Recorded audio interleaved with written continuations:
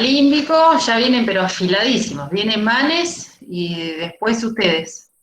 Y ahora vamos a empezar con ganglios de la base. ¿Alguien me quiere hacer algún comentario o algo de la última clase? Voy a agregar el resto. Ahí está Fran, Gustavo.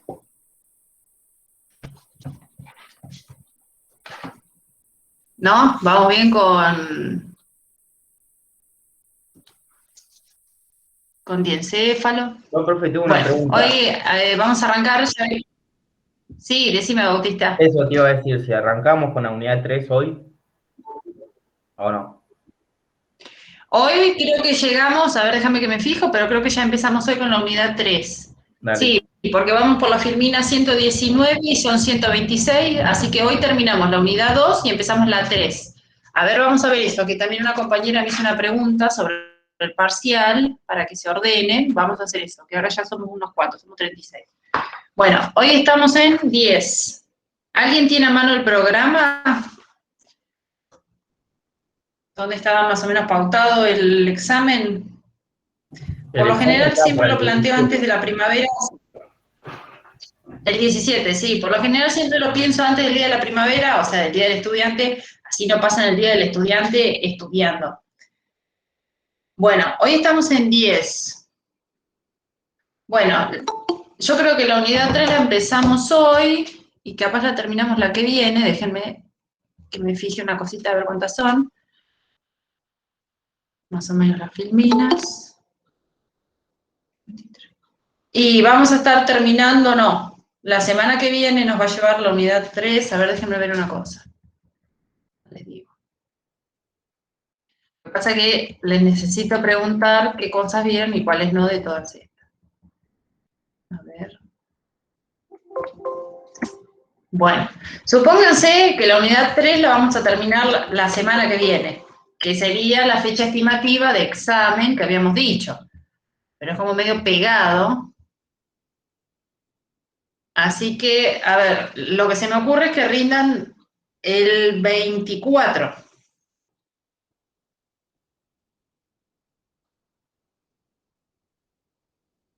o el 20.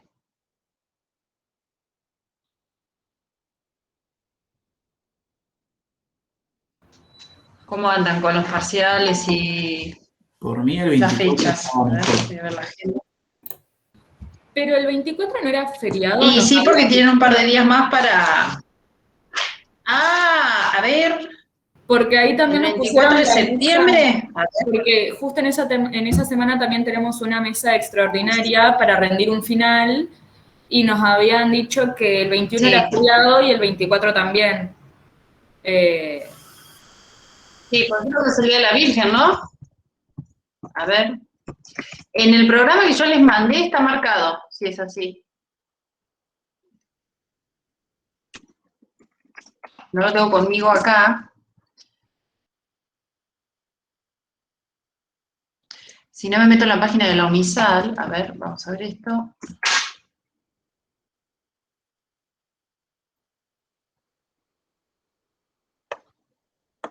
Calendario académico, a ver, ahí chusmeamos.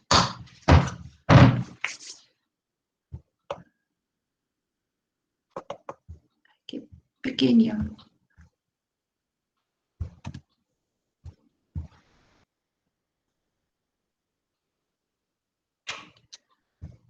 Bueno, ahí estoy con el calendario.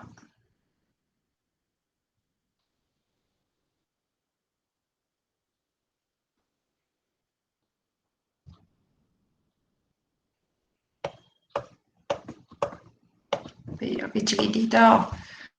Septiembre. A ver, 24. 24 de septiembre no tenemos clase. Es verdad. Bueno, así que tienen, me decían, el 21 por el Día del Estudiante y, o sea, el 21 no tienen clase, ¿no? Igual nosotros tenemos el 20. No, no tienen. ¿El 20? No, ok. Bueno, el 24 tampoco tendríamos clase, o sea que el examen tendría que ser el 27.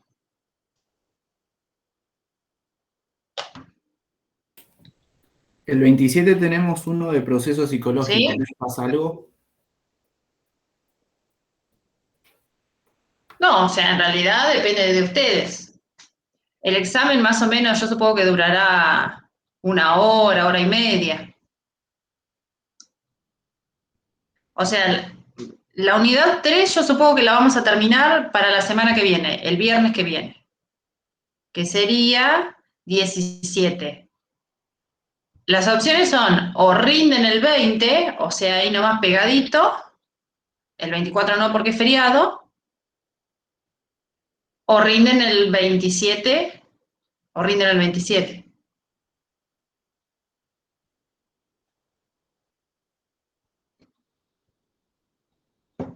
A ver, déjenme ver una cosa. Bueno, de última, profe, después de la clase lo charlamos en el grupo y te avisamos si entre el 20 o el 27. ¿O no? A ver, a ver. Sí, pero déjenme ver una cosita.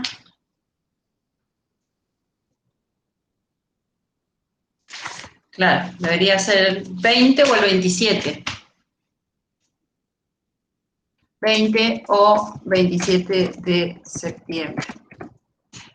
Y tenemos que ir coordinando también, porque yo tengo que coordinar después con el profe, que les va a dar la unidad de dolor, que es el neurocirujano, para que él también se organice con su agenda y les pueda dar la clase, ¿bien? O sea que cuanto antes coordinemos el día del examen, yo ya puedo ir organizando con el otro profe.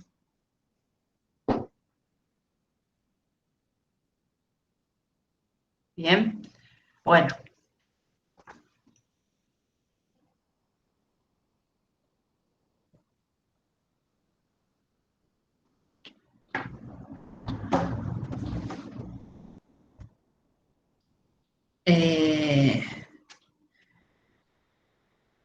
Si quieren pueden debatirlo en el grupo, no hay ningún problema, ¿sí? O sea, eso no hay drama.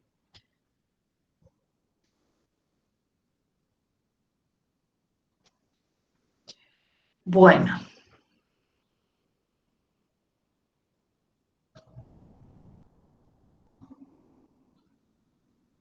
Vamos a ver la última partecita de la unidad 2.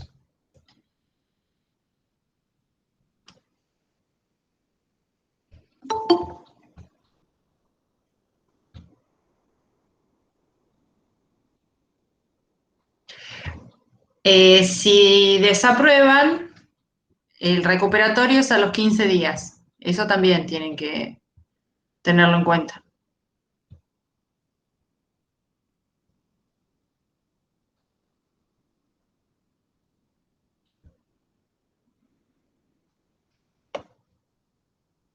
Bueno. Profe, una consulta. ¿La modalidad parcial cómo sería? Sí. Y por lo general es para completar, para contestar alguna pregunta. No creo que agregue gráficos porque es muy difícil, porque imagínense que ustedes están con la computadora, entonces utilizar gráficos o que señalen partes es medio complejo. Así que la mayoría de las veces es o relacionar algún tema, o completar, o contestar una pregunta, de ese estilo. Todavía no lo armé, pero por lo general es ese estilo. Yo cuando sepa bien les voy a avisar. Así que, Gracias. bueno, quedamos en que no, de nada, entre el 20 y el 27 quedaría el parcial.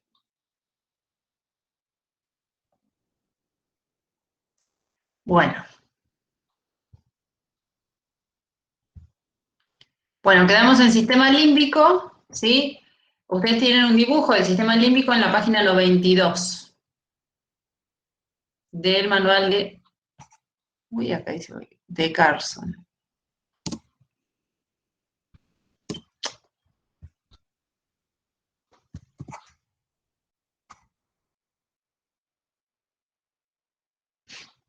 Que igualmente es la que vemos acá arriba. Esta y esta. Bien. Vamos a poner más grande el título. Acuérdense que el sistema límbico es muy importante para nuestra carrera. Bueno, ahora vamos a ver ganglios basales o ganglios de la base. Vamos a agrandar un poquito. Este es un dibujo del libro. Así como nosotros estudiamos mucho, por ejemplo, corteza frontal en Argentina, en España, por ejemplo, se estudia muchísimo los ganglios basales. Son unas estructuras muy importantes que están en la subcorteza, o sea, no la vamos a encontrar en la corteza en las 6 capas, están debajo. Pero bueno, los dejo que copien.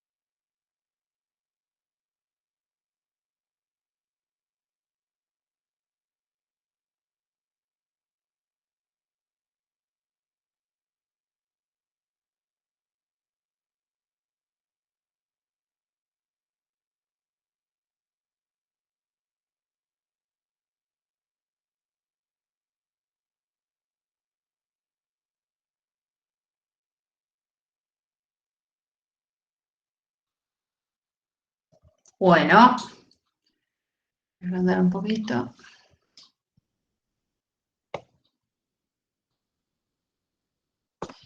Bueno, los ganglios basales son un conjunto, ¿sí? No es una sola estructura. Los ganglios basales, acá como se ve en el dibujito, que ustedes lo tienen en el libro también, contemplan al núcleo caudado, al putamen y al globo pálido o globus pallidus, en latín. Bien, entonces los ganglios basales o ganglios de la base, también los pueden encontrar así, son un conjunto de tres estructuras. Hay, digamos, 3 estructuras por lado, ¿sí? Hay 2 núcleos caudados, imagínense, uno izquierdo, uno derecho, 2 globos y 2 putámenes, ¿bien? Bueno, entonces, ganglios de la base es un conjunto de estructuras localizadas debajo de las cortezas, de las regiones, perdón, anteriores de la corteza.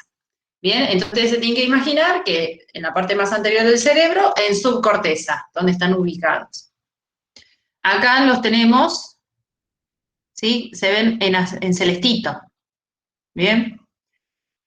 El globo pálido, ¿sí? El putamen, y acá arriba el núcleo caudado, ¿sí? Es como un quesito Adler, ¿sí? Es como un triangulito, ¿sí? Y otro triangulito acá, y acá arriba está el núcleo caudado.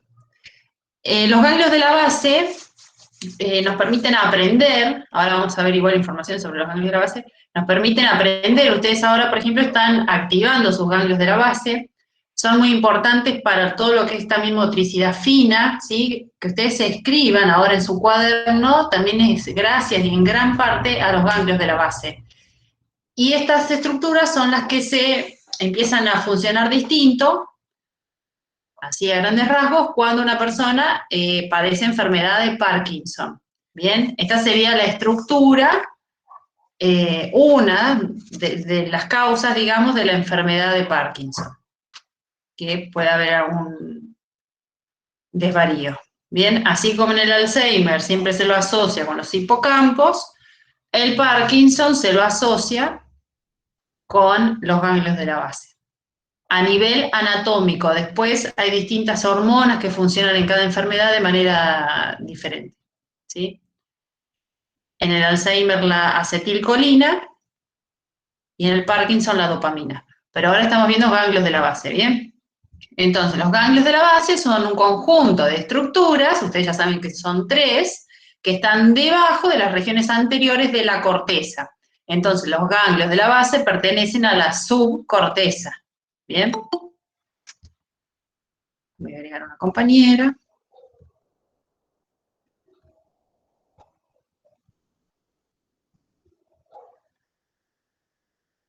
Bien, acá hay otro dibujito, ¿sí? Donde se ve, así en una visión más 3D, donde estarían ubicados los ganglios de la base en el cerebro. Esto que ven ustedes acá, ¿es un corte de qué tipo, esta lonja?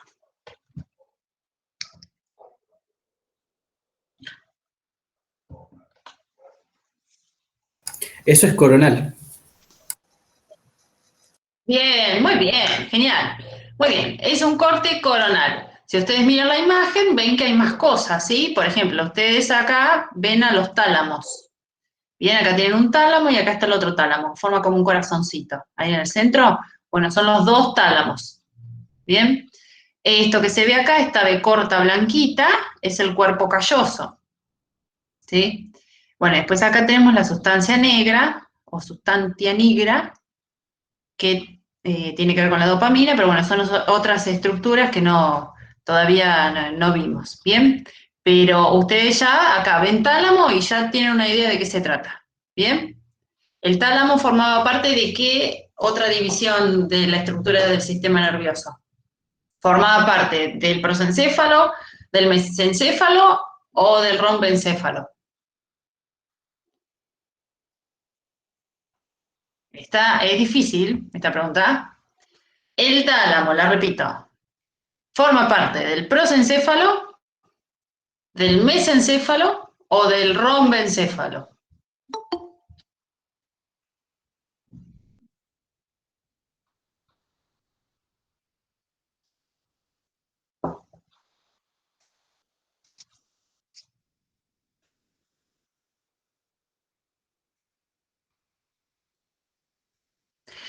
Muy bien, Noelia. Sí, del diencéfalo.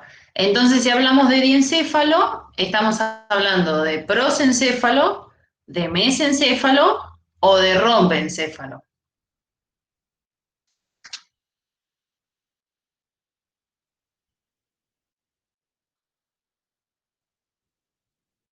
El diencéfalo está perfecto, pero a su vez, el diencéfalo forma parte de una estructura superior. ¿El tronco encefálico? No, más arriba, más anterior. De Prosencéfalo. estas 3 que les voy a nombrar, el prosencéfalo, muy bien. El prosencéfalo contiene al diencéfalo y el diencéfalo contiene a los tálamos. Muy bien. Así entre todos vamos llegando. Muy bien. Bueno, seguimos entonces. Bueno, si me deja pasar la filmina. Esperen que se trabó. Ahí estamos. Bueno, esto como ya les dije, entonces los ganglios de la base están formados por el putamen, el globo pálido o globus pallidus, también lo pueden encontrar así, y el núcleo caudado.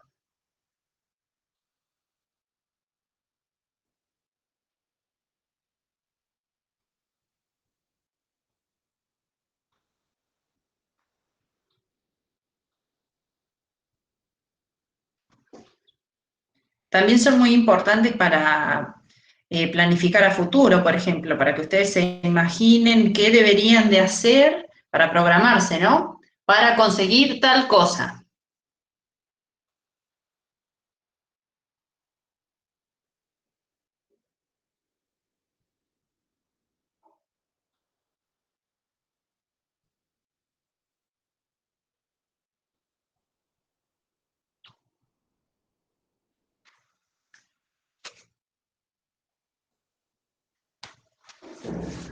Bueno, entonces, ganglios de la base son estructuras debajo de las regiones anteriores de la corteza, formado por putamen, globo pálido, núcleo caudado. Estos serían las tres estructuras. Bueno, acá tenemos un dibujito, nuevamente, para que se vayan ubicando dónde están.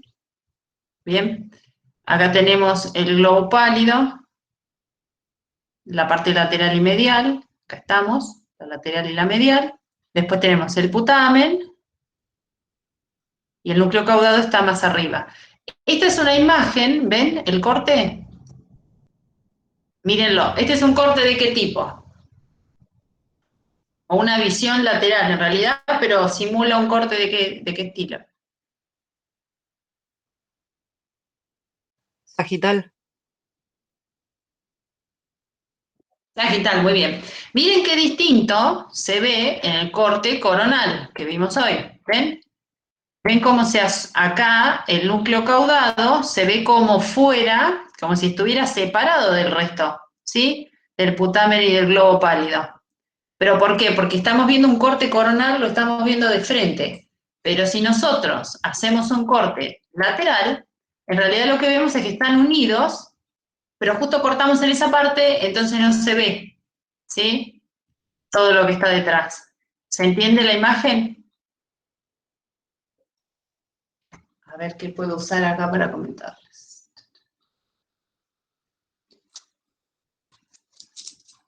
Bueno, vamos a usar mi pulsera.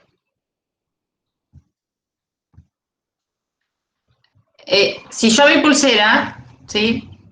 Acá la tienen de frente, ¿bien? Si yo la corto a la mitad y la pongo de frente, ustedes van a ver dos puntas, se supone, ¿no? Bueno, pero si yo la corro de lado, van a ver que tiene una curvatura. ¿El sistema límbico está dentro de alguna de las divisiones del encéfalo? Sí, está, se la considera dentro del diencéfalo y poquito de mesencéfalo, pero sí. Es más que nada diencéfalo. Bueno, entonces, según el corte lo vamos a ver distinto. Bien, acá lo que nos está faltando es toda la curvatura de atrás, ¿sí? Que en esta imagen se ve bien, ¿sí? Acá la ven. Porque en la otra imagen la estamos viendo de frente y acá la estamos viendo de costado. De lateral, una vista lateral. Acá se ve el tálamo, que ya lo conocen, para que se vayan ubicando. Entonces, si acá está el tálamo, ¿el hipotálamo va a estar abajo o debajo? Debajo. Debajo, muy bien, fantástico, sí. Muy bien, va a estar debajo. Muy bien. Bueno, ahora vamos a ver qué pasa si se lesionan los ganglios de la base, ¿sí? Porque son muy importantes. Por ahí en Argentina no se habla mucho de esto, ya les digo, pero son súper importantes. ¿Por qué no se habla, profe, por algo en especial? Porque o sea, no es una estructura que sea tan llamativa como el lóbulo frontal, por ejemplo. ¿Ustedes vieron el caso de Phineas Gage? No. ¿No? Bueno, en el libro de Neuro, ¿lo vieron? En la tapa del libro de Carson, que no sé si les dejaron la tapa, me parece que no, aparece la imagen de Phineas Gage con la lanza. A ver, la voy a buscar para mostrársela. Phineas Gage. Bien, voy a dejar de compartir para mostrarles esto. Esto es muy importante porque el caso de Phineas Gage fue casi el precursor de todas estas cuestiones de las neurociencias.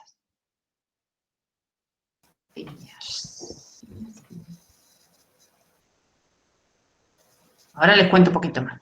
Bueno, a ver. Ustedes en la tapa del libro, lo que pasa que creo que no se las dejaron, tienen una imagen como esta que estoy marcando acá, parecida a esa. Ah, sí, igualmente lo dimos. Sí, igualmente esa figura ¿Lo vieron? nos dio Marcelo el año pasado, sí, el cuatrimestre pasado. Bien, buenísimo. Bueno, es decir, todo lo que es frontal por lo general es como más florido que lo que te puede llegar a pasar con los ganglios de la base, ¿sí? Es como que llama más la atención lo frontal.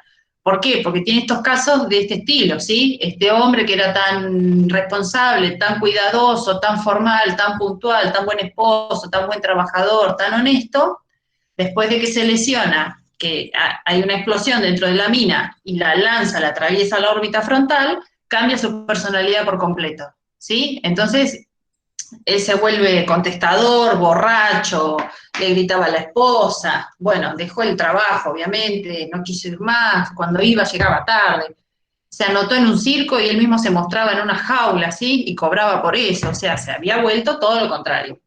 Bueno, entonces los casos que por lo general son de lesiones del lóbulo frontal, como son más vistosos, más floridos, llaman más la atención. Por ahí los casos de lesiones de ganglios de la base, y no es tan atrayente, porque por lo general son cuadros similares a los del Parkinson, ¿sí? O de cuestiones motoras. Que, por ejemplo, los psicólogos con eso tanto no podemos hacer porque es más una cuestión de neurólogo, ¿sí? Pues es una cuestión motora. Bien. Entonces, por lo general, no se estudia mucho ganglios de la base. O sea, no en comparación con el frontal, ¿no? Se estudia, pero el frontal la gente lo estudia muchísimo más. Todo lo que es corteza siempre llama mucho la atención porque es la última capa que se generó y evolutivamente es más novedosa, ¿sí? Y hay más por estudiar. Pero bueno, estos casos, o sea, no es que le pasó a Phineas y nada más. Este fue el primero que llamó la atención. Hoy día podemos tener casos como estos después de un accidente de tránsito, ¿sí? O cualquier otro tipo de accidente donde se lesione, ya sea, en este caso, por una lesión punzante o puede ser directamente un traumatismo por impacto, ¿sí? No hace falta que se lesione también el cráneo. Nosotros podemos tener un caso similar por un golpe, por un accidente de tránsito, por una caída, por un golpe de puño, ¿sí? Por una lesión circulatoria, o sea, igualmente se puede tener la lesión en el mismo lugar, ¿sí? El caso de Phineas fue muy llamativo porque cambió su personalidad muy de golpe, porque aparte, como la lanza no tocó el tronco del encéfalo, que ahora ustedes ya saben dónde se ubica, como no tocó, él en ningún momento perdió la conciencia, ¿sí? Por eso tampoco se murió. Entonces eso también llamó la atención porque él andaba con la lanza atravesada hasta que, bueno, alguien se la sacó, pero tampoco le dolía, por ejemplo, porque el cerebro, la masa en sí, no siente dolor. Sentimos dolor hasta el cuero cabelludo, hasta la dura madre, imagínense, más o menos. Ya después de eso no se siente más dolor. Entonces Phineas también fue llamativo porque imagínense, él andaba con la lanza hasta que se la sacaron, caminando y contestando preguntas, ¿sí? Entonces fue bastante, imagínense, súper llamativo el caso. Y por eso también dio tanto al estudio, porque cómo no se murió, por qué estaba despierto, por qué no le dolía, ¿sí? Todas estas cuestiones dieron pie a estudiar un montón de las cuestiones de la neuropsicología de hoy día. Entonces imagínense que esto es mucho más vistoso que estudiar ganglios de la base. Pero los ganglios de la base también son súper, súper importantes. Y ustedes siempre recuerden esto, que por lo general lo más valioso siempre está más resguardado. ¿Sí? Acuérdense la alegoría esta que yo les decía del anillo, ¿sí? Que ustedes van a la joyería y lo ponen. Lo más valioso siempre está dentro de una bolsa, dentro de otra bolsita de tela, dentro de un estuche, cerradito, ¿sí? Siempre lo que está de mayor valor va a estar más en el centro. En este caso, por ejemplo, en el cerebro, el hipotálamo viene a ser como la joya del anillo, ¿sí? Es muy importante. Y todas las estructuras que están alrededor, que tienen que ver con el sistema límbico. Están muy resguardadas porque son súper importantes para la supervivencia también. Pero bueno, ya les digo, o sea, todas las lesiones que estén casi siempre sobre las zonas anteriores, por lo general no dan muerte, ¿sí? Porque tienen que lesionar el tronco del encéfalo, que es el que se encarga del latido del corazón, ¿sí? De los pulmones, etc. Por eso Phineas no falleció cuando le atravesó la lanza. Por eso muchas veces cuando a veces hay gente que decide matarse, por ejemplo, y lo hace con un arma, si le pasa como a Phineas, no mueren, ¿sí? Salvo que toque alguna cuestión muy importante o alguna arteria, la persona queda viva. Bien. Esperen que leo el chat. ¿Qué descubrieron en el hemisferio contrario? Controlaba el lado contrario del cuerpo, ¿no? Claro, sí, cambió su personalidad, exacto, sí, sí, todo esto que estamos viendo. Él se volvió un rufián, imagínense. Bueno, vamos a compartir el Power.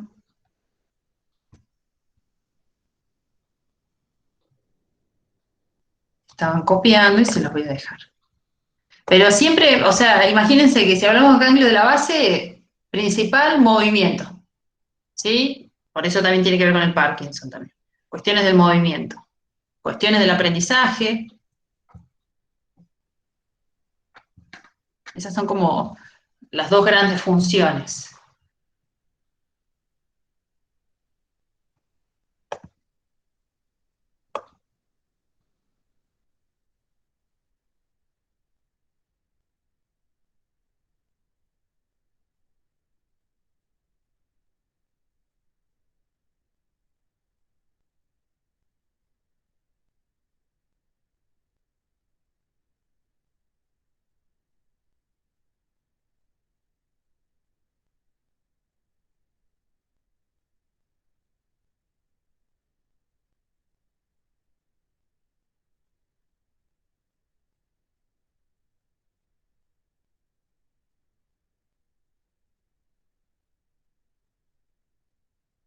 Profe, ¿qué sería tono muscular?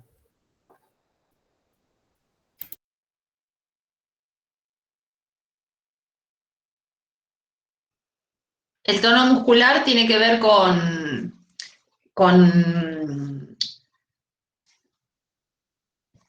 el movimiento de las fibras, sería, con la cantidad también de los movimientos de la fibra. Uno, por ejemplo, si ustedes se quiebran y los echesan, el brazo les queda quieto, ¿sí? Y se pierde ese tono muscular, que es esa motilidad que tiene el músculo, que está asociado con los ganglios de la base. Entonces, si los ganglios de la base no generan esos micromovimientos, el tono muscular se achica, ¿sí?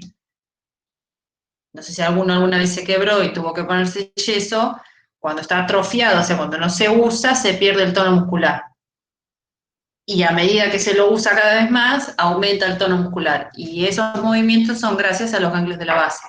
Si los ganglios de la base no funcionan bien, el tono muscular se modifica.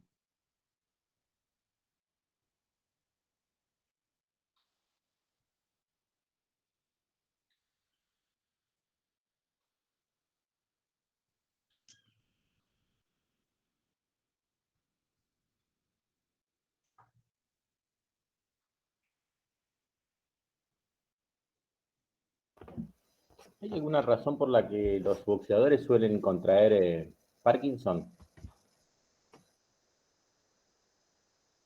Puede ser, sí, es una de las razones. Sí, sí, sí. Aparte de él, se generan demencias pugilísticas, se llama. Pero sí, tiene que ver, sí, sí, los boxeadores la mayoría generan demencias de este estilo. Perdón, te corté, ibas a decir algo. No, que me llamaba la atención que por ahí el mismo golpe en la cabeza afecta más a esa parte que a otras partes por ahí.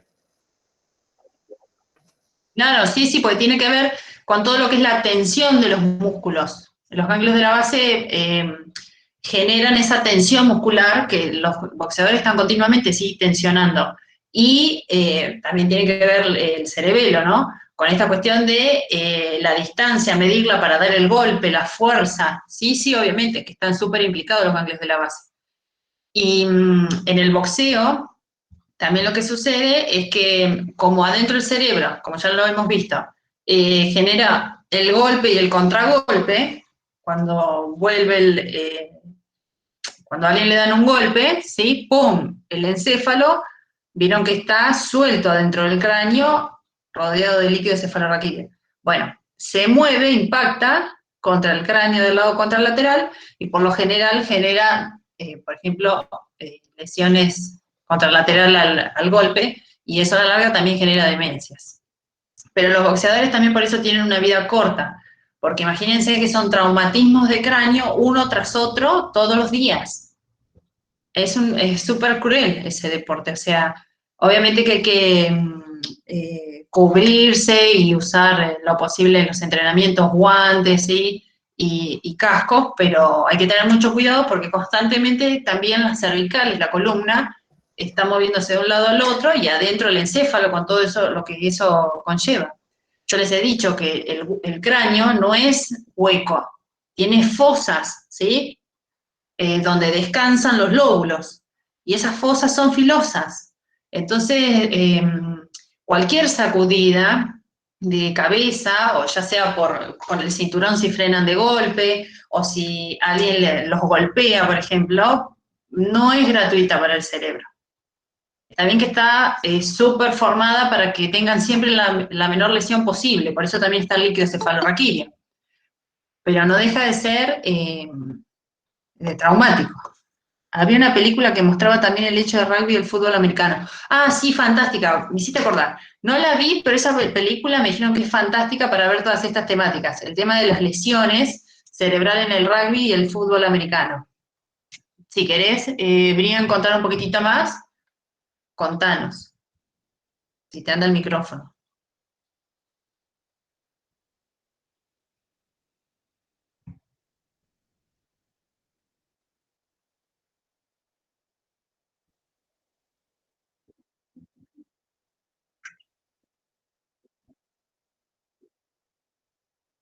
Sí.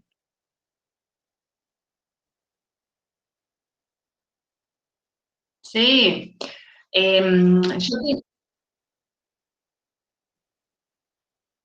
Claro, porque sí, todos esos golpes son equiparables a otros golpes.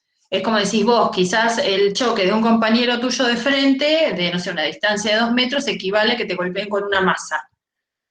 Bien, muchas veces, si uno no lo compara con algo de lo cotidiano, no mesura el daño que puede llegar a generar, o lo importante que puede llegar a ser esa lesión.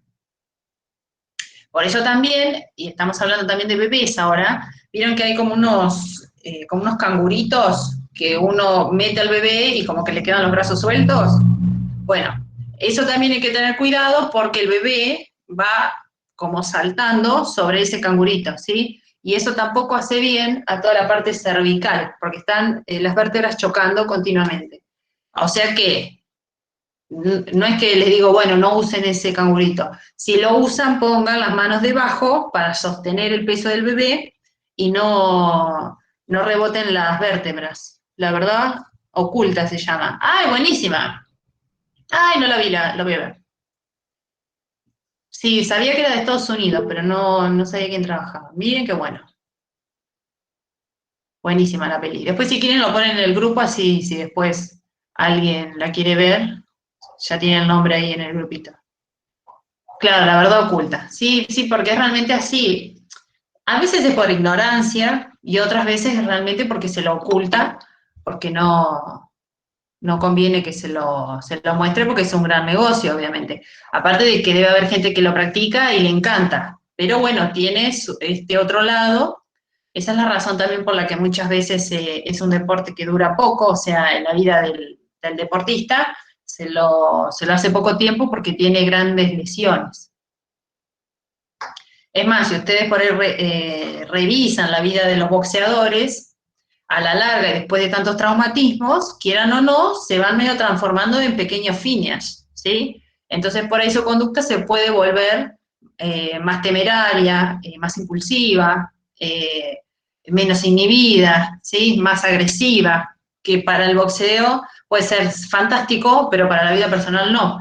Si ustedes hacen un repaso por los grandes boxeadores, muchos han estado en delitos o en cuestiones que tienen que ver con homicidios, ¿sí? Violencia. Eso le iba a preguntar, profe, si cambian de personalidad los que practican estos deportes. Y imagínense que es como les decía, dependiendo de dónde son las lesiones, porque casi siempre son en este lado y en este lado, que son medias parietales, frontales, y a la larga es como clavar pequeñas lancitas, como a Phineas Gage, ¿sí? Van como pequeña, pequeña, pequeña, y eso se van sumando y se vuelve cada vez más impulsiva la persona. Es de esperarse, digamos, puede pasar como no, pero lo cierto es que ustedes, si están exponiéndose durante un entrenamiento de, no sé, 6 horas al día, de boxeo durante todos los días, y es como si, como dijo el compañero, como si te pegaran con, no te digo una masa, pero algo similar todos los días, todo el tiempo, ¿sí? Es increíble. Cuando uno se lo pone a pensar, es realmente, son lesiones terribles. Por eso también ganan tanto dinero en tan poco tiempo. En realidad es para tratar de cubrir el daño que van a tener a largo plazo, eso. Por eso también muchas veces se despilfarra ese dinero, porque llega un punto que ustedes no dejen de pensar que sigue siendo una persona con un sistema y una cognición especial. Entonces, si está lesionado el lóbulo frontal por los golpes, por ejemplo, o los ganglios de la base, que yo les comenté que son muy importantes para planificar, por ejemplo, tareas, procedimientos, imagínense si se lesionan y ustedes tienen $1.000.000 y es probable que lo malgasten, ¿sí? Porque no, cognitivamente no están preparados, por todas las lesiones cerebrales que tienen, para hacer uso de ese dinero de buena manera. Entonces, por eso también por lo general suelen tener vidas que después son bastante paupérrimas, o sea, bastante tristes, porque no, salvo que tengan un buen entorno que los cuide, no llegan a poder administrar de buena manera todo ese caudal de dinero que generaron en poco tiempo, porque están lesionados cerebralmente. Es como si envejecieran antes de tiempo, es lo que generan todas estas lesiones cerebrales. Como si tuvieran el cerebro de una persona anciana siendo jovencitos, de tantos golpes. Por eso tiene una vida corta ese deporte. Seguramente hay gente que deja antes, porque se da cuenta de las consecuencias, o deja más tarde y tiene otras consecuencias. Pero es un deporte bastante cruel.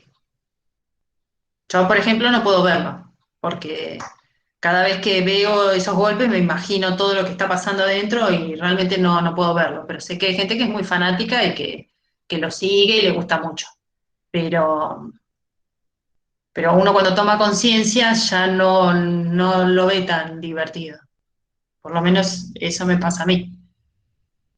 Y les puede llegar a pasar a ustedes después de conocer todas estas temáticas. Pero sí. Sí, aparte, Yo tendría que fijarme. ¿Cómo, Martín? que ni con protección, por más que tengas protección, el cerebro se mueve igual, porque la cabeza se va a mover. Lo único que evita es el lugar donde te pegan, que no te lastime, pero después, por más que tengas casco, Claro. guantes y lo que quieras, igual. El guante, que te peguen con un guante es peor que te peguen con la mano, sin guante, porque te retumba toda la cabeza el guante. En cambio, la mano te duele el lugar nomás. Ah, mira. Claro. No sabía eso, mirá. Claro, como que expande la presión del golpe, Claro, el es como guante. si el golpe lo sintieras en toda la cabeza, no en el lugar donde te pegaron con el guante, como Claro. si se expandiera el golpe. Sí. Claro. Sí. Aparte es terrible porque se corta, vieron que ellos tienen muchos cortes en las cejas, los ojos, muchas veces tienen fractura de órbita, ¿sí? En el ojo se fractura el hueso que está acá abajo, ¿sí? El hueso orbitario. Es terrible que se fracture el hueso que sostiene al globo ocular. O sea, terrible. Bueno, para mí es terrible. Bueno, después obviamente todas las lesiones que tienen en el tabique, los huesos de la nariz, ¿sí? Eso también se lastiman, por eso también se les empieza a ensanchar la nariz, porque se quiebra, hay microfractura, o sea, es terrible. Realmente no sé si es un deporte ya, o sea, si lo empiezo a pensar así. Obviamente todos los deportes deben tener lo suyo, pero me parece que el boxeo es como el más el más cruel, digamos. Y no sé hasta qué punto también el boxeador sabe que se enfrenta a todas estas cosas. Realmente no sé si también están, digamos, asesorados por médicos, por ejemplo. O si las protecciones son lo suficientemente buenas como para que haya el menos daño posible, o si, por ejemplo, año a año se hacen algún tipo de neuroimagen para ver cómo están. Pero sí, es bastante cruel. Bien. Les decía, creo que tengo guardado, si llegamos a terminar bien a tiempo lo podemos ver, creo que tengo una clase sobre accidentología vial de un compañero que es perito en criminalística, y ahí se ven distintas lesiones, pero son de accidentología vial, que tienen que ver con el golpe-contragolpe de los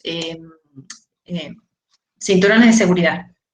¿Sí? ¿A qué se equipara frenar de golpe, no sé, a 2 metros? ¿A qué se equipara golpear contra una pared? O sea, si ustedes chocan o si chocan contra un auto, ¿a qué equipara en lesión? O sea, hace toda una comparativa. Que está bueno porque es como decía el compañero. O sea, te va asociando el impacto con otra cosa que es conocida.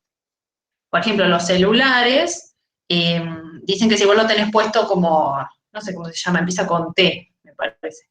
En el auto, vieron que ustedes tienen el volante y acá me sale torpedo, no sé si es torpedo. Bueno, si vos tenés un celular apoyado ahí y frenás de golpe, el celular pasa a pesar 90 kilos con la velocidad, ¿sí? Y eso, si te golpea, te puede hacer, o sea, imagínense como si, no sé, algo de 90 kilos se les cae encima, ¿sí? Y ustedes lo ven y es un celular que por ahí pesa, no sé, 50 gramos, ¿sí? 100 gramos. Pero a la velocidad aumenta su peso. Bien, entonces por ahí hay pequeños detalles que uno empieza a tomar conciencia cuando estudia estas temáticas. Bien. Bueno, entonces estábamos con ganglios de la base. Entonces, las lesiones en las diferentes partes de los ganglios de la base puede producir cambio en la postura, en el tono muscular, porque acuérdense que tiene que ver con la tensión de los músculos del ganglio de la base, y los movimientos anormales. Los movimientos anormales serían un temblor, ¿sí? Puede ser de un lado o de ambos lados. Como por ejemplo, agitación, temblor o sacudidas. Bien, las sacudidas, ¿sí? Bueno, que voy a bajar así. Por tanto, una de las funciones principales es motora, como les decía, ¿bien? Ejemplo, movimiento suave de las manos durante una conversación. Bueno, una manera de estimular los ganglios de la base, por ejemplo, para aprender más rápido, es moviendo las manos, ¿sí? Ustedes también tienen que pensar que si una persona mueve mucho las manos, es muy probable que esté en ese momento utilizando los ganglios de la base, esté aprendiendo de la situación. Es una manera de activarlos.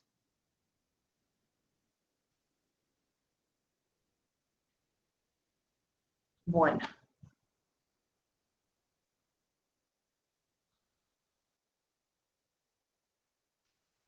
Y esta es otra de las funciones, como les dije, que tiene que ver con el aprendizaje. Los ganglios de la base son los que nos permiten aprender.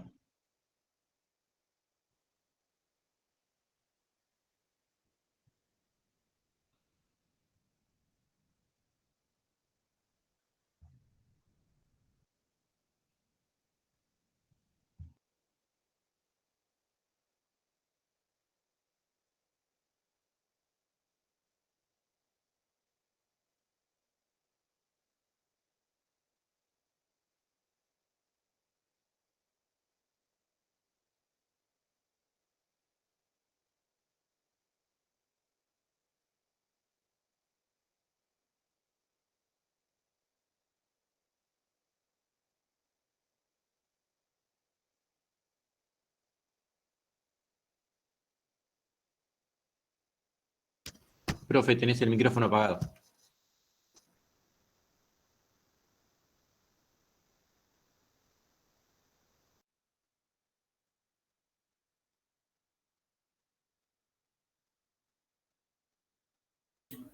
Sí, apagado. Ahí está. Y estaba mandando un audio.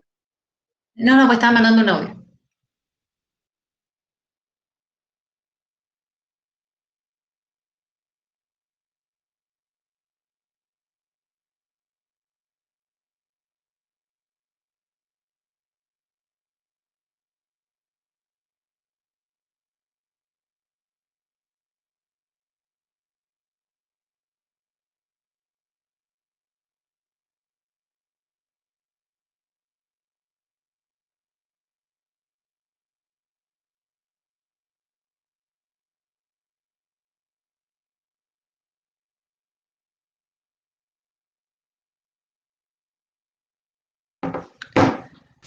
Bien, entonces, otra de las funciones muy importantes, aparte de lo motor, de los ganglios de la base, es el aprendizaje, sobre todo de hábitos o de conductas que son consecuencia de asociaciones de estímulos-respuesta, ¿sí?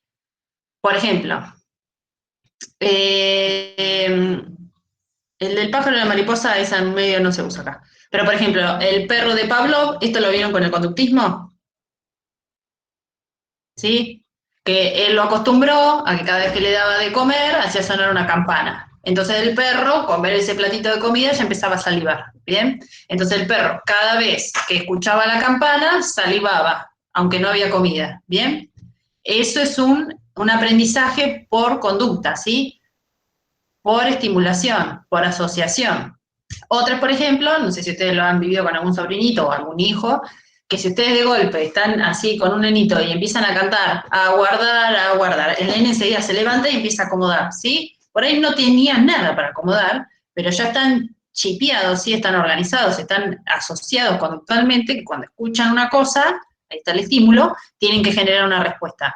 Nosotros tenemos un montón de conductas y de hábitos que están guardados así en el cerebro, estímulo-respuesta, que ni siquiera las pensamos, ¿sí? Pero las hacemos. En la terapia cognitivo-comportamental trabaja mucho con esto, ¿sí? Con los hábitos y las conductas que tenemos, que por ahí ni siquiera son pensadas, sino que son actuadas por este condicionamiento previo, por repetición, ¿sí? Tenemos un montón de conductas que están aprendidas de esa manera, ¿sí? Que ante un estímulo reaccionamos. Por ejemplo, el semáforo. ¿Se les ocurre alguna más?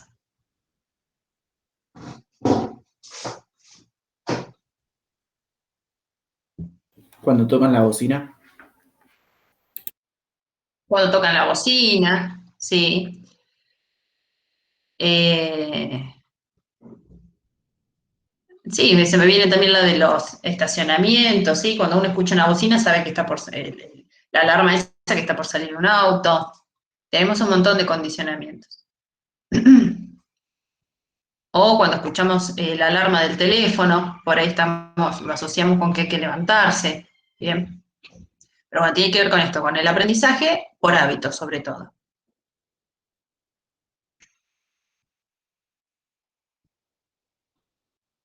A ver, esperen.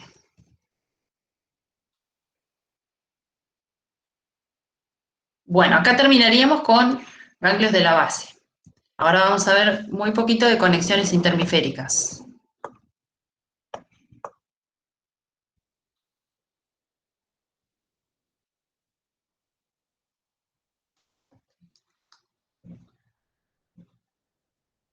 Este sería el último tema de la unidad 2.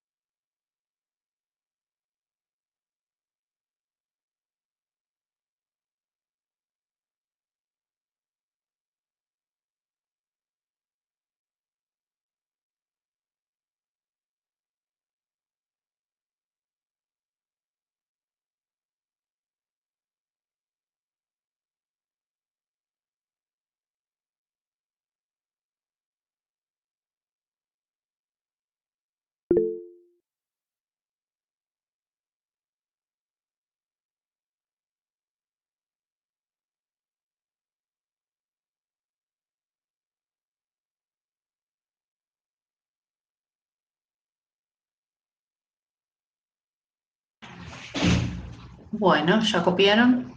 Acá Tamara me dice que sí. Bueno, conexiones interhemisféricas, ya ahí el nombre, o comisuras entre un hemisferio u otro. Bueno, la mayor parte de las comisuras unen puntos contralaterales que se corresponden unos con otros en los dos hemisferios. Bueno, como bien dice el nombre, una comisura es como la comisura del labio, ¿sí? Es la unión entre dos, ¿sí?, otros puntos contralaterales. En este caso puede ser el labio, ¿sí? Y esta es la comisura. Los une, ¿sí? Están separados contralateralmente y hay algo que los une. Bueno, eso se llama comisura. Lo mismo pasa en el cerebro. El cerebro tiene, depende de dónde esté, ¿no?, dos partes que están unidas por una comisura. Bueno, yo ahora lo que los invito a que piensen es dónde les parece que puede haber una comisura dentro del cerebro.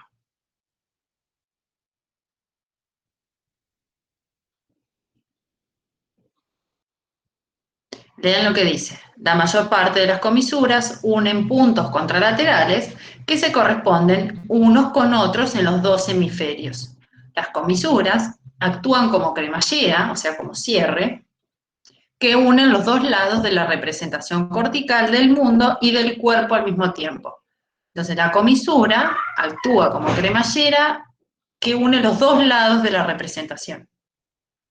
Une dos cosas, la comisura. Creo que ahí en el Donde chat les puede pusieron el parecer cuerpo que hay... calloso. A ver... Ay, paren, que estaba viendo el Power. Sí, Melissa, genial. Sí, el cuerpo calloso, genial. El cuerpo calloso, ¿sí?, es una comisura, exacto. Tiene una comisura que une, ¿sí?, y te conecta a los dos hemisferios. Por lo general, siempre hay uno actuando más que el otro. Por ejemplo, en determinados momentos, por ejemplo, ahora si vieran mi cerebro, seguramente mi lado izquierdo, mi hemisferio izquierdo, está más en actividad, más despierto, con mayor cantidad de gasto de glucosa y de oxígeno que el derecho, por la actividad que estoy haciendo, así que es hablarles, ¿bien? El izquierdo más que el derecho. En otras situaciones, el derecho va a estar más activado que el izquierdo. Obviamente que cada uno, según sus características de personalidad, va a tener una tendencia a ser más hemisferio derecho o más hemisferio izquierdo, ¿bien? Yo, por mis características, supongo que soy más hemisferio izquierdo, me parece. Pero bueno, según las características, hay un hemisferio que solemos activarlo más.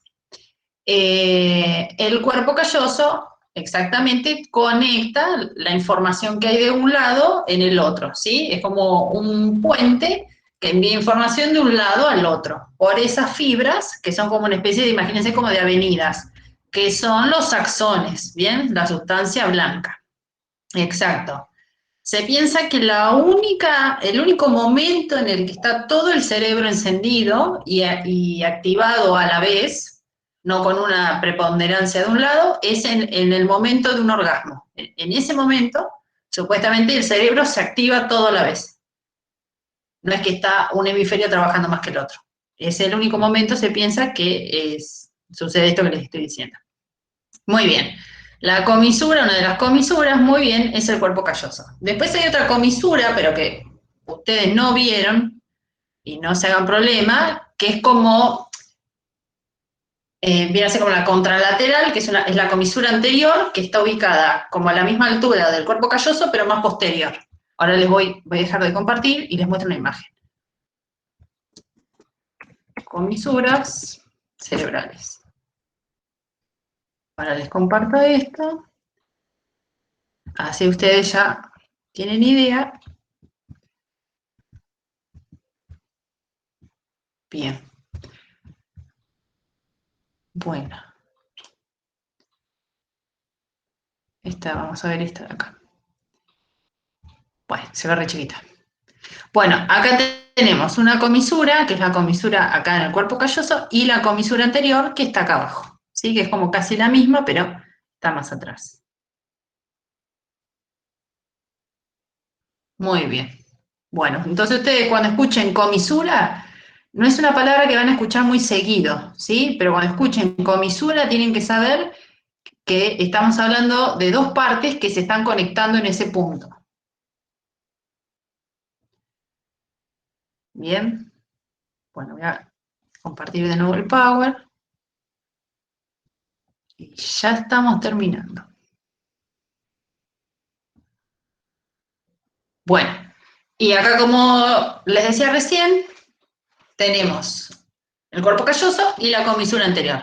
Y ustedes tienen en el libro, en la página 66 de Kolb, una imagen de esto. Bien. Bueno. Los dejo que copien esto y ahora vamos a la última filmina y ya terminamos la unidad 2.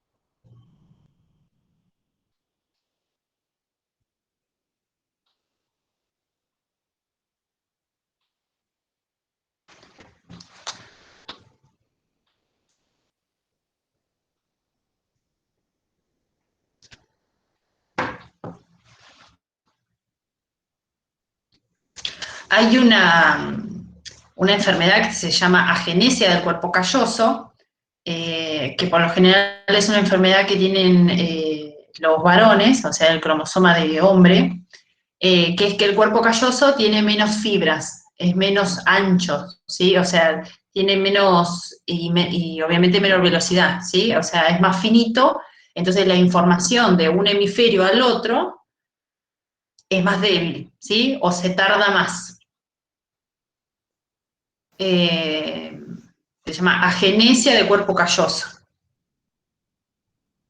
Profe, Es decir, funcionan bien los dos. Sí. ¿es el cuerpo calloso es el único lugar que conecta un hemisferio con el otro?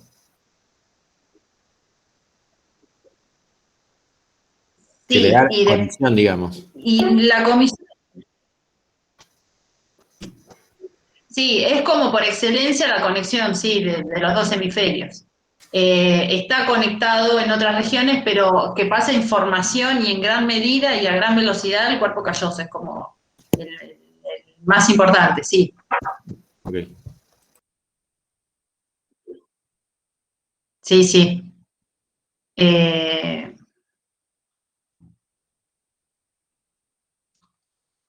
Porque acá estamos hablando de hemisferio. La comisura anterior está más relacionada con todo lo que es temporal, más que los dos hemisferios, con las conexiones de los temporales. Pero si tengo que hablar de hemisferio, que fue tu pregunta, es el cuerpo calloso. Antes, por ejemplo, si vos tenías, porque en las epilepsias lo que se genera es, ustedes saben que el cerebro funciona a watts y hertz, ¿sí? Como cualquier electrodoméstico, aunque suene feo, pero es así, a watts y hertz. Entonces, ¿qué sucede? El cerebro, aparte de tener hormonas, líquidos, neuronas, sustancia gris, sí, blanca, bueno, tiene aparte electricidad, como ustedes saben. Bueno, entonces, ¿qué pasa? En la epilepsia, lo que sucede es que una parte del cerebro, de golpe, ¿sí? Genera mucha cantidad, imagínense, o sea, absorbe muchísima cantidad, hay una falla eléctrica, imagínense, que se le llama hiperia. Bueno, cuando eso sucede, dependiendo del foco donde se ve, esta hiperia genera, obviamente, un cambio a nivel eléctrico cerebral. Y eso puede generar un daño a largo plazo o no. Por lo general siempre genera un daño, aunque sea ínfimo, ¿bien? Entonces, en cada convulsión epiléptica hay una falla eléctrica que puede generar un daño cerebral. Menos o más grave, ¿bien? Bueno, esto es casi como si en la casa de ustedes de golpe hay una suba de tensión, es lo mismo, y cuando van a ver, no sé, se quemó la cafetera, ¿bien? Bueno, lo mismo pasa a nivel cerebral, puede llegar a pasar. Bueno, ¿qué pasa? Si se generaba antes, si a vos te generaba una hiperia tu cerebro, vamos a suponer acá del lado derecho, en los temporales derechos, mucha electricidad, ¿qué pasa? El hemisferio, como no la puede soportar, por el cuerpo calloso la manda al izquierdo, ¿sí? La distribuye. Bien, entonces va por el cuerpo calloso pasando de un lado al otro. Bien, entonces, ¿qué pasa? Lesionaba el lado derecho y también el izquierdo. Entonces, ¿qué les parece que se les ocurrió a los médicos de aquella época hacer con eso? ¿Ustedes qué hubiesen hecho? ¿O qué les parece que pensaron que podía ser bueno?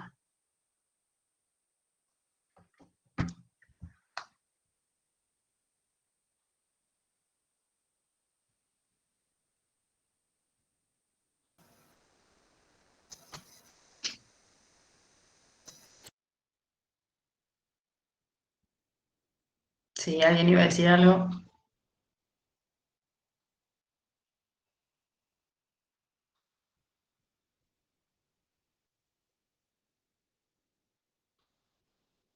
Se lo vuelvo a repetir. Antes, si un paciente tenía una hiperia en uno de sus hemisferios, ¿sí? Toda esa carga eléctrica se pasaba, desbordaba, digamos, por el cuerpo calloso al lado izquierdo, lo que generaba también daños en el hemisferio izquierdo. Entonces, ¿qué les parece que se les ocurrió a los médicos de la época para que no haya lesión en el otro hemisferio?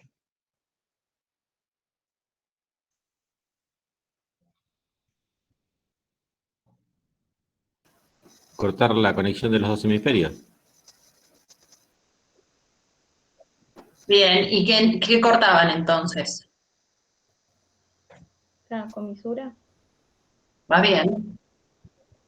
La comisura, sí, ¿de cuál? ¿Del cuerpo calloso o de la comisura anterior? ¿Del cuerpo calloso? Sí, bien. Lo que hacían era, bueno, decía, entonces vamos a cortar la unión de los dos hemisferios. Cortaban, ¡pum!, el cuerpo calloso. ¿Bien? Entonces, imagínense, sí, podía ser una muy buena idea para no generar daños en el otro hemisferio, pero también hizo que no se conectaran entre sí. Y es re importante que esté el cerebro conectado. Por ejemplo, yo ahora estoy usando mis dos hemisferios para dar clase. Por ejemplo, yo con el izquierdo estoy hablando, yo soy diestra, o sea que en gran medida mis núcleos del habla están ubicados sobre el lado izquierdo seguramente, y yo con el derecho le estoy dando distinto tono, ¿bien? A lo que estoy diciendo. Si esto estuviese cortado, es probable que yo hable como, por ejemplo, un robot, ¿sí? Se me dificulta el envío de información de un lado al otro, es como lo corto, ¿sí? No hay manera de que llegue. Es como si ustedes quisieran llegar, no sé, a Montermoso y cortan la entrada, ¿sí? No hay manera de que lleguemos, ¿sí? O Pehuencoa, imagínense. Bien, listo, no se llega más, ¿bien? Entonces, pasaba eso, por un lado, se revertía el cuadro epiléptico, o sea, en realidad la enfermedad no se terminaba, pero las lesiones quedaban de un solo lado, el otro se resguardaba, pero no se comunicaban entre sí, ¿sí? Eso se llamaba callosotomía, que es cortar el cuerpo calloso. Bueno, en la genesia del cuerpo calloso se nace con poquitas fibras en el cuerpo calloso, entonces la información tarda más en llegar, es más lenta de un lado al otro, pero se comunica. Entonces, por lo general son nenes que tienen dificultades de aprendizaje, ¿sí? Porque tardan más. A veces físicamente son distintos, porque tienen las extremidades más largas, eso realmente no sé por qué, pero suelen tener los bracitos más largos, por ejemplo. Tienen mayores dificultades para conversar, por ejemplo, para unir, ya les digo, lo que quieren decir con el tono afectivo. Por lo general son varones, porque tiene que ver, en un 99,9% es una cuestión, es una enfermedad genética que se da en el sexo masculino, digamos, en la genética masculina. La mayoría son varones, así como también el daltonismo. Hay un 99% de chances de que se den en hombres. ¿Alguno de ustedes es daltónico? ¿O tiene algún tipo de variante del daltonismo? Profe, hay gente que es daltónica que no sabe que es daltónica. Exacto, es verdad, Por ejemplo, es verdad. he conocido gente que va a rendir el carnet y te hacen el test ese que tiene todos puntos que forman con un color algo, entre otros puntos de diferentes colores, y ahí les dicen que son daltónicos, pero que capaz que no sabían. Ahí les voy a mostrar la prueba que se toma. Sí, exacto, hay gente que no se da cuenta hasta que usa esa prueba o hasta que alguien le dice, fíjate aquello amarillo y ¿qué amarillo? Por lo general es siempre con dos mismos tonos o un mismo tono, no es con todos los colores. Por ejemplo, siempre se confunden el rojo con el verde, imagínense, o el verde con el rojo. O suele ser, ¿cómo se llama? Cronatopsia, algo así se llama, que es un único color, por ejemplo, que es distinto al daltonismo. Ahora les voy a mostrar, ahora comparto la pantalla y se las muestro la prueba. Y a ver si por ahí detectamos algún daltónico. Por lo general, el daltonismo se da en un 10% de la población, no es mucho, pero bueno, es importante. Por ejemplo, con el semáforo es un tema, pero ellos seguían con las luces. Bien, no seguían por los colores, sino por donde ven más luz o menos luz, por ejemplo. Bueno, a ver, acá estamos viendo una prueba. Por ejemplo, a ver. Acá, ¿qué número ven? Estas son las pruebas que se toman para evaluar daltonismo. 8. El 8. Bueno, si alguien no ve el número, tenemos que ir a consultar, ¿sí? Acá ven un 8. Bueno, a ver acá ¿qué ven? 74. 21. 71. Yo veo 74. Yo Yo la veo también 74 veo. complicadísima. 74 es. 74, ¿qué? Bueno, a ver, vamos a ver. Este está más fácil. Somos todos daltónicos. Este está más fácil, ¿no? Todos 12. diagnosticados. El 12, este está fácil. Por lo general el más complicado es el rojo. A ver, vamos a buscar otro. Este... Sí, este lo ven, parece este que yo se lo ve. veo. Sí, 45. Bueno, a ver. Bueno, 5. este... Sí, un 5, yo veo, sí. Un 5. Bueno, acá nada que ver, acá pusieron una hoja de marihuana. A ver, vamos a ver acá. Bueno, ven, acá hay más. Este primero, ¿qué ven? 7. Un 7, después... 7. 13. 13. 16, 8, Muy 12, bien. 9. Bien, fantástica, o sea, vos estás fantástica de la vista. Bien. Bueno, estas son pruebas que te toman para sacar el carnet de conducir para ver si presentás o no daltonismo.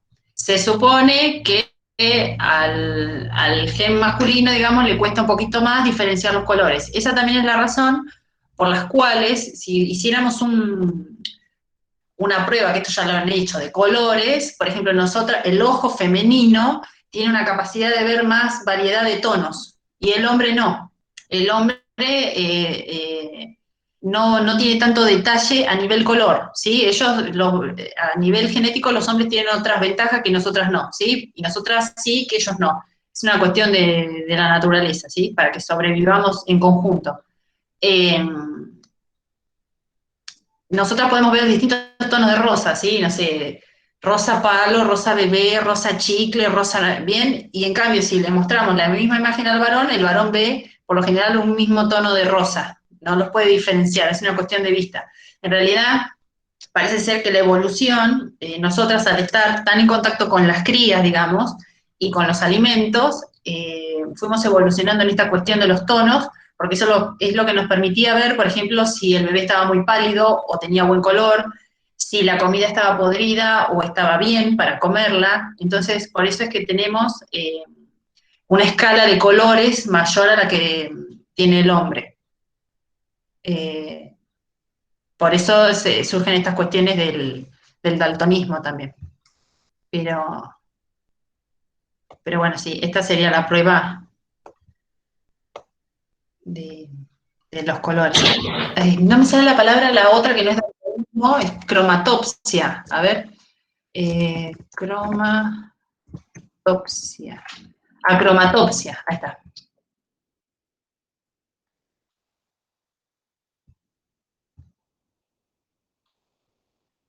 La cromatopsia creo que es un solo tipo de color que se confunde. A ver, vamos a leer acá. Es un trastorno retiniano autosómico recesivo. Bueno, ¿qué significa esto? Que es un trastorno de la retina de los genes recesivos. ¿Qué significa?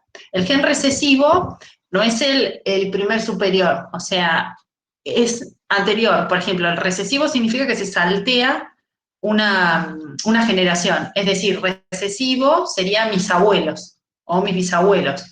Si o sea, vamos a suponer, si mi papá es daltónico, es probable que yo no herede el daltonismo, porque es un gen recesivo, se saltea una generación. Es probable que alguno de mis hijos tenga daltonismo.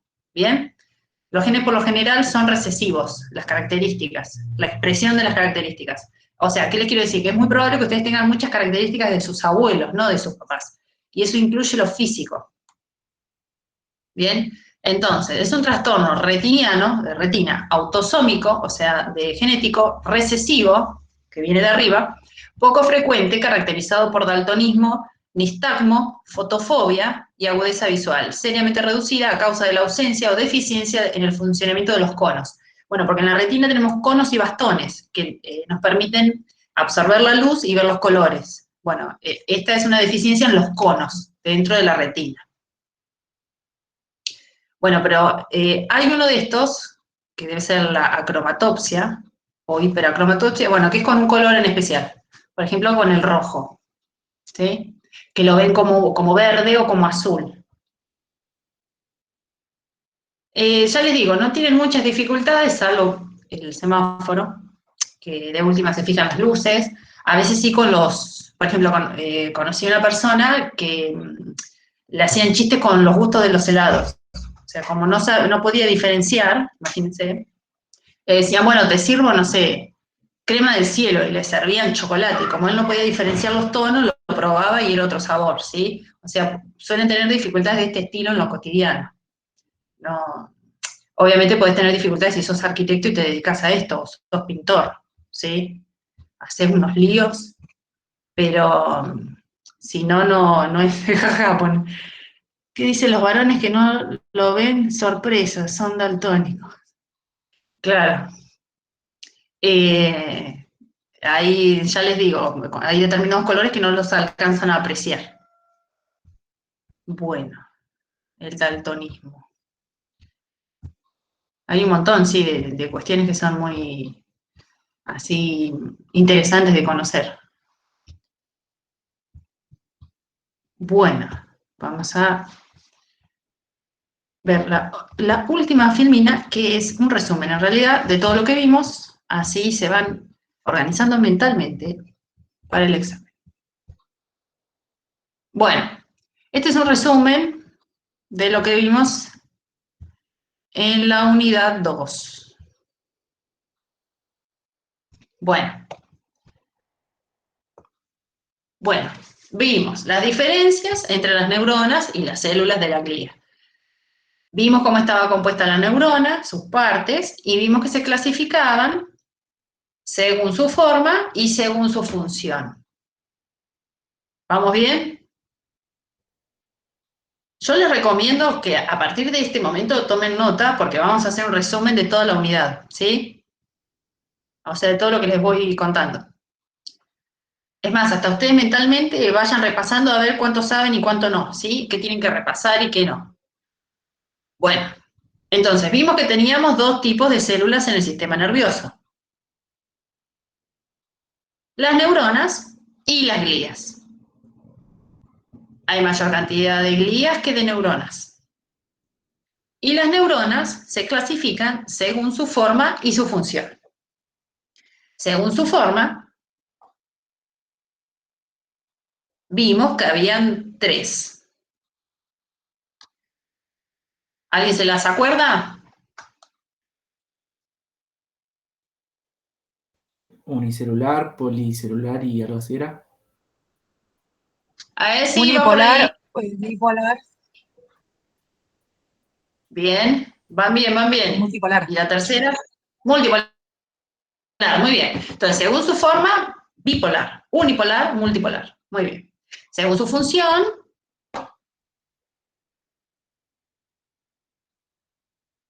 Motoneuronas, Neuronas. mencionó, Ah. sensoriales e interneuronas, ¿no? fantástico, muy bien. Según su función tenemos la motoneurona, la sensitiva y la interneurona. Muy bien. Y después tenemos las glías, que las glías, vimos así a grandes rasgos, que teníamos células de Schwann, oligodendrocitos, y ustedes me dijeron que ya lo habían visto.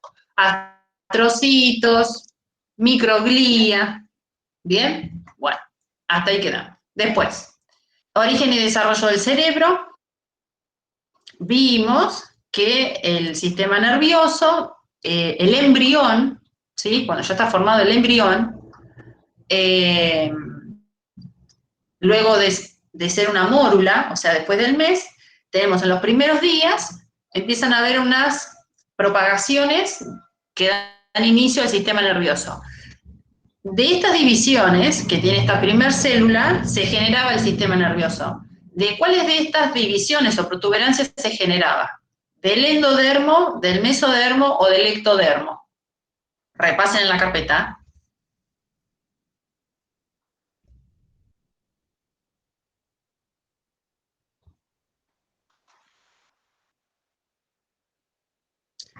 El sistema nervioso se forma de una de estas tres.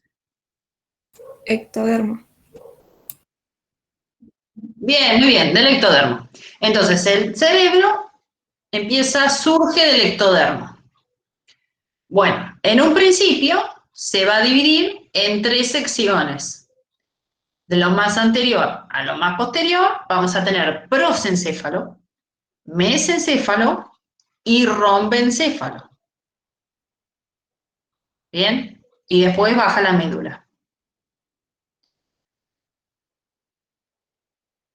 Bien, recuerden que en principio siempre, en realidad se va a generar al revés, ¿no? Se va a generar de la médula para arriba, ¿sí? Entonces va a haber de la médula el rombencéfalo, mesencéfalo, prosencéfalo. Hasta ahí tenemos tres divisiones, nada más, los primeros días del embrión, ¿sí? Bueno, después hay como una segunda división en donde el rombencéfalo se va a dividir en dos y el prosencéfalo le va a crecer una protuberancia, ¿sí? Que entonces lo vuelve más complejo. Entonces, nos va a quedar el viejo prosencéfalo, se va a llamar diencéfalo, y lo nuevo que se va a generar se va a llamar telencéfalo.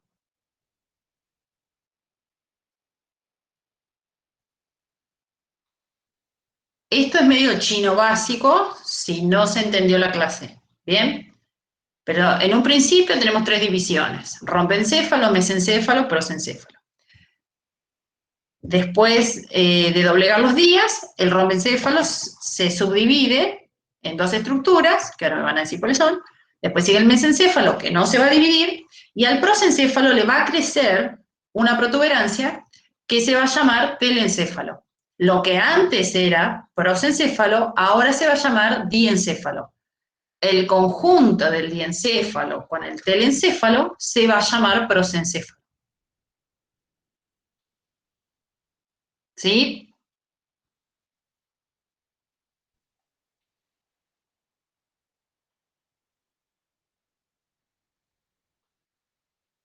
Si se van guiando con el cuaderno, va a ser más fácil, seguro. Entonces tenemos de lo más anterior a lo más posterior: telencéfalo, diencéfalo, mesencéfalo, y después, ¿qué sigue? El metencéfalo El y rombencéfalo. ¿Cómo lo dividíamos? el metencéfalo y el mielencéfalo.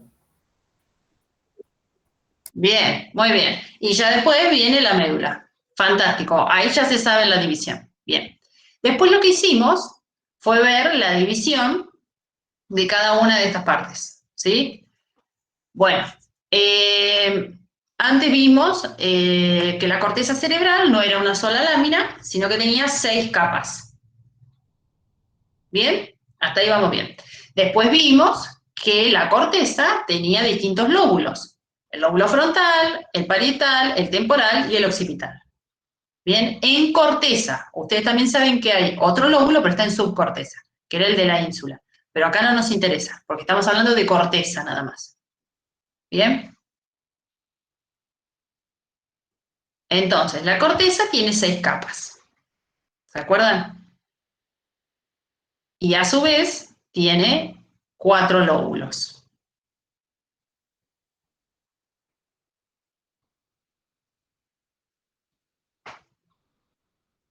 Bien. Después vimos que la médula espinal tenía sustancia gris y sustancia blanca. Y tenía astas posteriores y astas anteriores.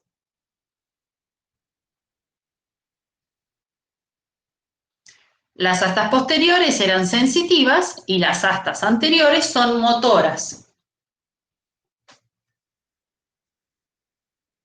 Las posteriores reciben información y las anteriores envían información.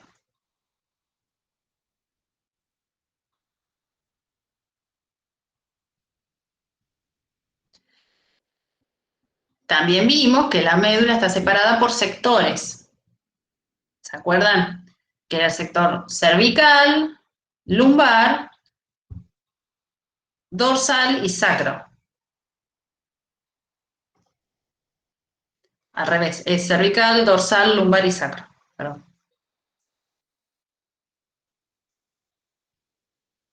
Quedan 30 segmentos.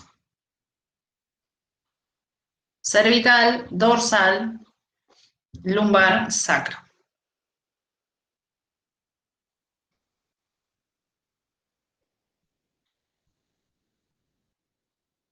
Bien.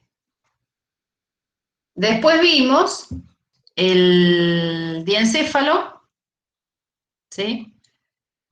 Con su división, que se acuerdan, vimos tálamo, epitálamo, hipotálamo.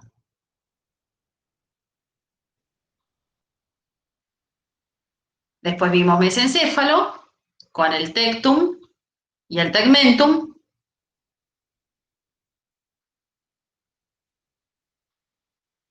Y en rombencéfalo, esperen que acá está mal escrito. Ahí. Rombencéfalo. Y en rombencéfalo vimos protuberancia, bulbo, cerebelo. ¿Bien? Después vimos sistema límbico. Vimos en general las estructuras del sistema límbico.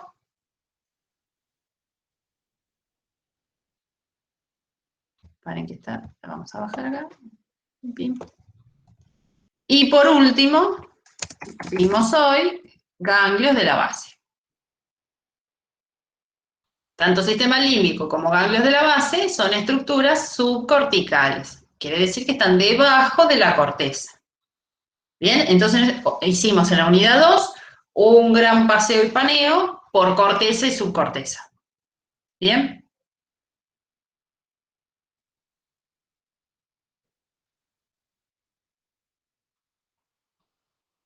Bueno, estos serían los temas de la unidad 2. Y con esto terminamos la unidad.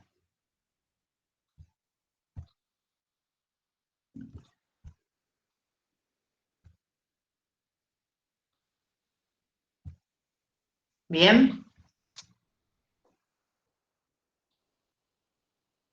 ¿Cómo les fue en el repaso? ¿Más o menos se acordaban?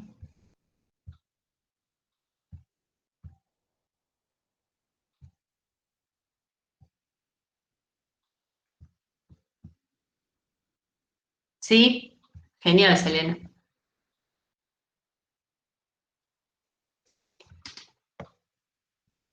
Cuanto más, o sea, si se ubicaron más o menos en los temas, después yo mazo, dice Melissa. ¿Hay algún tema que te haya costado más, Melissa, o que se te confunda más? no sé, o sea, es normal que se angustien porque ustedes están, no, simplemente no me acordaba varias cosas. Ok. Es normal que se angustien porque ustedes están, o sea, salieron la mayoría del secundario o de un estudio que por ahí no era universitario a, ¡pum!, neurociencia con un montón de lenguaje técnico, ¿sí? Entonces, es normal que sientan cierta angustia porque están primero aprendiendo un montón de palabras que ni sabían por ahí que existían, ¿sí? Prosencéfalo, o sea, no hay manera, uno no va a la verdulería y habla del prosencéfalo, ¿sí? O sea, hay palabras que son súper técnicas, entonces es normal que en principio o no les salgan cuando la tienen que nombrar, no la conozcan, ¿sí? No sepan dónde está ubicado, pero bueno, para esto también es la materia, para que empiecen a aprender sobre esto y a tener mayor conocimiento sobre todo lo que es el sistema nervioso, que es de donde surge la mente también, que es lo que con lo que van a trabajar ustedes. O sea que en principio toda esta novedad los va a angustiar un poco, ¿sí? Hasta que se vuelva más cotidiano para ustedes, todas estas palabras. En mi escuela nos exigían mucho lenguaje técnico, eso me ayudó a que la uni sea más llevadera, dice Jorgelina. Profe, ¿la parte anterior de la médula es motora? Sí, exacto, Tamara. Y la posterior es sensitiva. Gracias, me dice Tamara, ok.